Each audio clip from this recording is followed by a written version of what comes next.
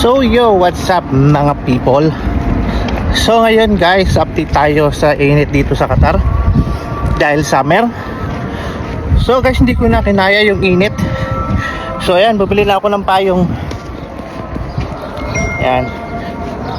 Hindi na kaya kasi sigurado masusunog ka talaga dito, saka baka mamaya mag-collapse tayo. Medyo mahaba pa ang ating lakbayin mula dun sa ating pinaroroonan sa may bus stop hanggang dun sa aking shop. Yeah. Kinakailangan ko nang gumawa ng payong. Yan. So napilitan akong bumili ng payong, halagang 20 riyal. So mahal, napakamahal gawa ng ngayon is summer. So sinasamantala nila pag summer ang payong ay mahal.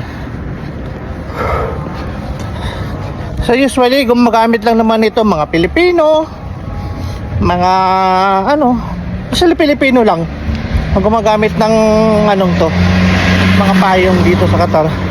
Kasi bali wala lang naman sa lilang init eh, lalo na yung mga Indiano saka mga ibang lahi. Panis sa kanilang init to, parang normal lang. Minsan yung iba nakatambay pa sa labas eh.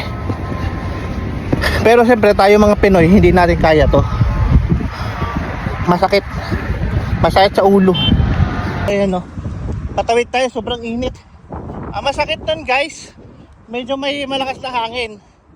Tapos yung umbrella dito, hindi naman katibayan katulad sa Pilipinas.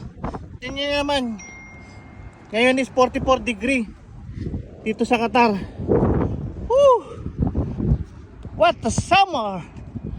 Pakainit guys, grabe. So ano ba ako, sa dulong yon.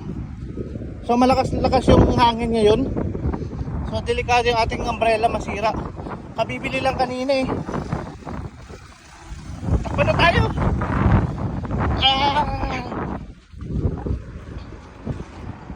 Yan. So nakakita tayo ng lilim. So dito tayo lalakad sa medyo may shadow para hindi masyadong feel ang init. Dito tayo sa may shadow. So yan. So pero yung ating umbrella baka mag-collapse sa lakas ng hangin.